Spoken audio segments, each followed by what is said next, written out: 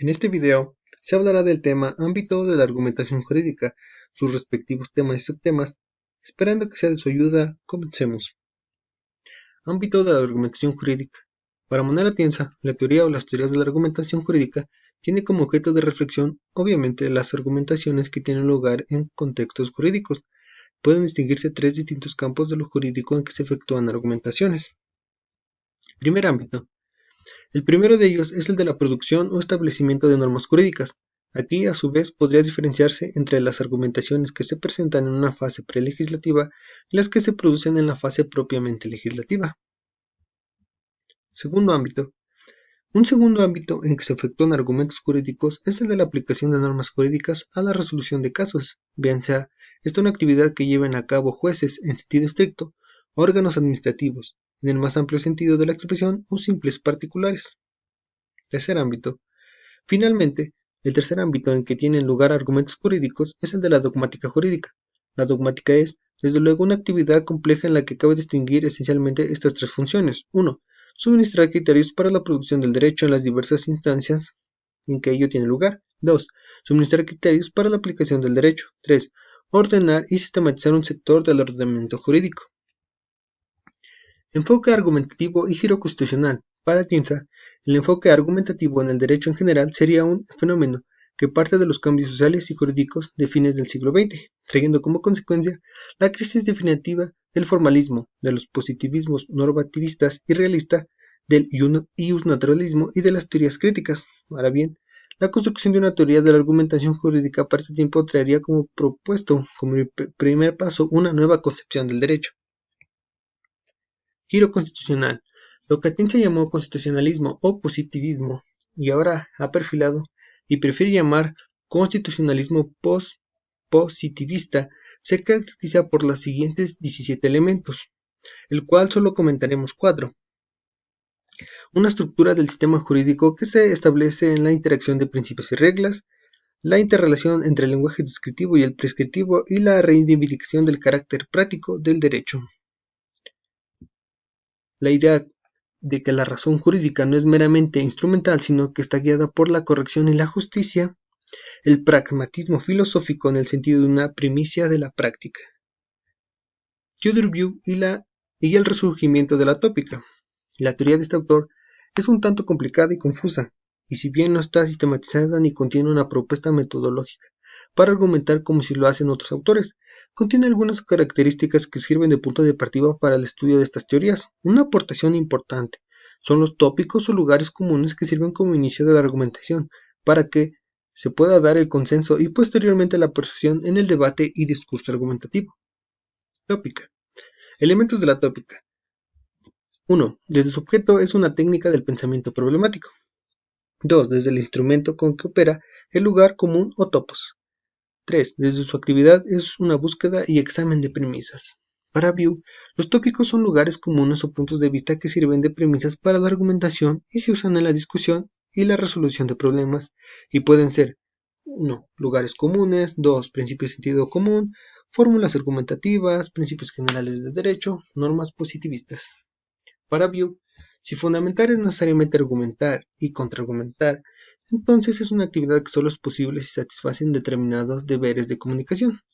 Y como observación final, es necesario reconocer que en la transición de pensamiento de la tópica jurídica que inaugura View pueden encontrarse en el estudio y en la práctica del razonamiento jurídico, pero, por sí misma, no suministra una base sólida sobre lo que edificar una teoría de la argumentación jurídica. Chaim Perelman y la nueva retórica. Bien, el fundamento de la teoría de Perelman es dar una concepción retórica al razonamiento jurídico, pues su objeto de su teoría es el estudio de las técnicas discursivas que permiten provocar o acrecentar la adhesión de los destinatarios del discurso a las tesis presentadas. Los elementos nucleares de la teoría de la argumentación de Perelman son la adhesión y la adaptación entre el orador y el auditorio, a quien se pretende persuadir, que por lo tanto fluye de manera recíproca. En su teoría señala como presupuestos y elementos de la argumentación al discurso, al orador y al auditorio. También hace una distinción entre el género oratorio, que es el deliberativo, que se lleva ante la asamblea, el judicial se realiza ante los jueces, el epilíptico ante espectadores que no tienen que pronunciarse, según la teoría de Perelman. El fin de la argumentación no solo consiste en la adhesión del auditorio, sino acrecentar esta.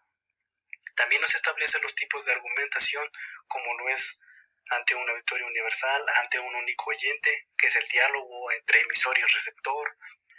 También nos distingue entre la figura de persuadir y convencer. Para la primera vale para un auditorio en particular, mientras que en la segunda es válida para todo aquel ser de razón.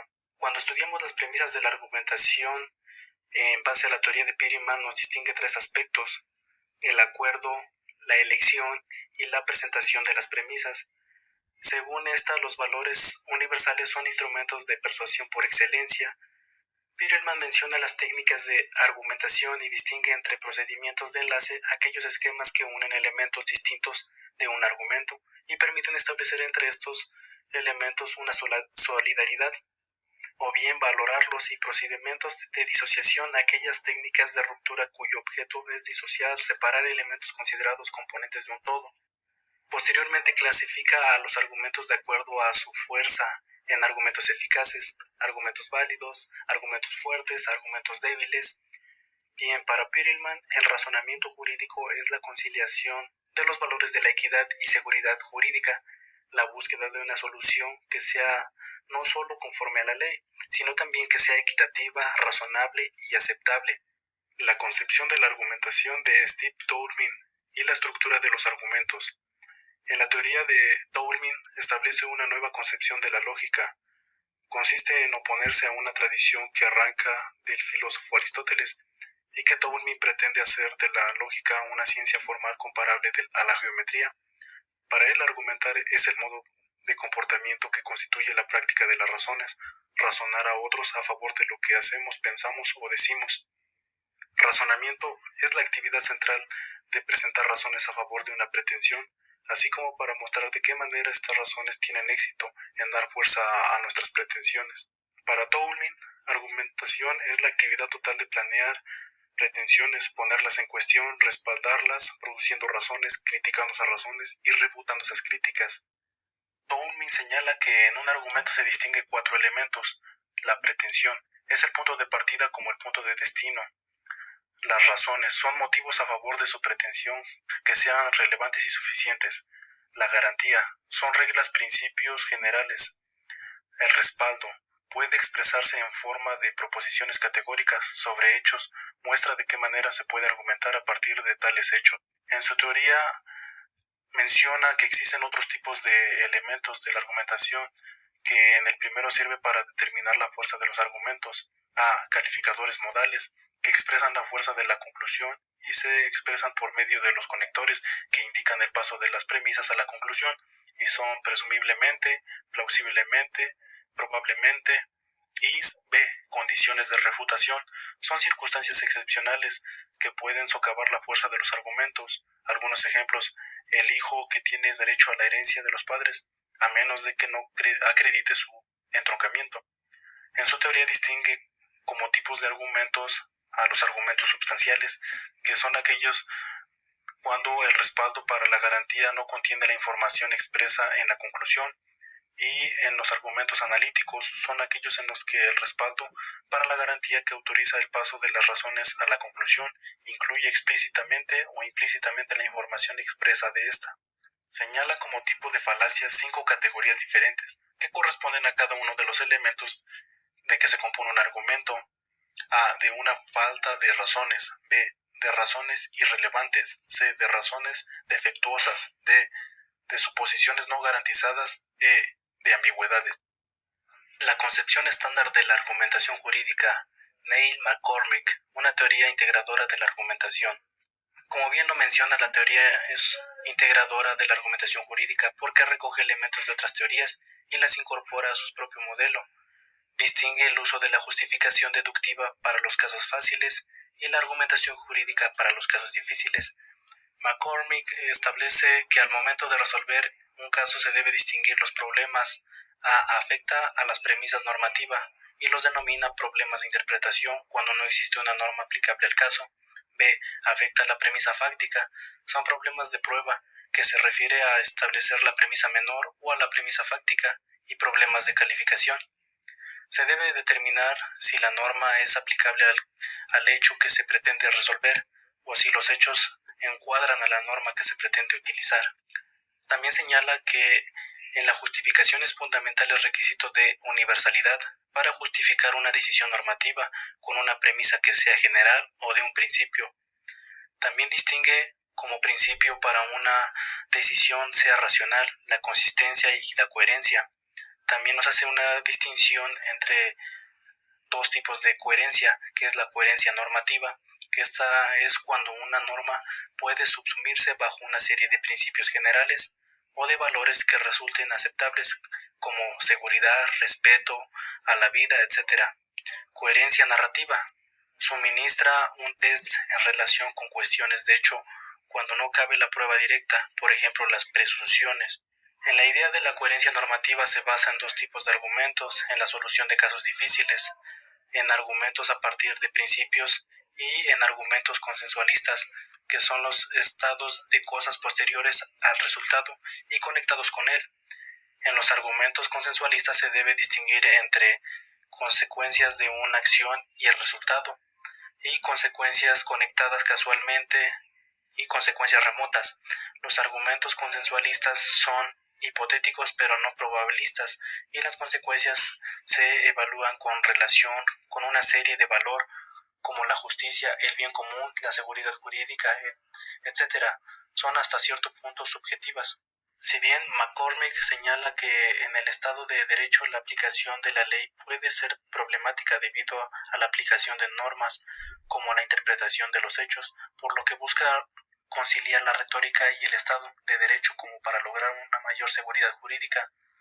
McCormick analiza las teorías retóricas como la tópica de Biegweg y destaca su importancia en el Estado de Derecho. También se refiere a la teoría de Peirelman, reconciliación entre la retórica y el Estado de Derecho. Robert Alexy y la argumentación jurídica como caso especial del discurso general.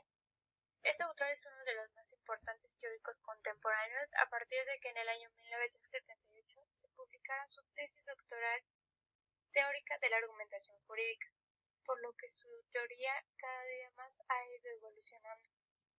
También Alexy expresa que la teórica del discurso Habermas, el cual sus cuestiones práctico-morales pueden deducirse racionalmente mediante reglas del uso del lenguaje. La argumentación jurídica fundamentalmente se basa en el discurso y se basa también en sus principios: A. De sinceridad, B. No contradicción de normas, C. Universalidad, D. Uso común del lenguaje. Las reglas fundamentales del uso en el que tiene lugar la argumentación: 1. Ningún hablante puede contradecirse. 2. Todo hablante no puede afirmar aquello que no lo cree. 3. Todo hablante que aplique un predicado F a un objeto A debe estar dispuesto a aplicar F también a cualquier objeto igual a A en todos los aspectos relevantes. También distintos hablantes no pueden usar la misma expresión con distintos significados. Sus reglas y formas son: reglas de la razón. Debe de fundamentar si se pide. Regla general de la fundamentación. Apertura. Desde la apertura debe ser a todos del discurso. La igualdad debe de derechos entre los participantes. Reglas sobre la carga de la argumentación. 1. A quien se pretende la desigualdad de otro. Trato. 2. A quien se ataque una afirmación descriptiva o normativa no discutida. 3. A quien ataque un argumento a favor de una afirmación previa. Carga de la contraargumentación. 4. Carga de argumentar si se lo pide. Formas de los argumentos. Se pueden ver también como reglas. Reglas de fundamentación. 1. Principio del intercambio de roles. 2. Principio de consenso. Y 3. Principio de publicidad.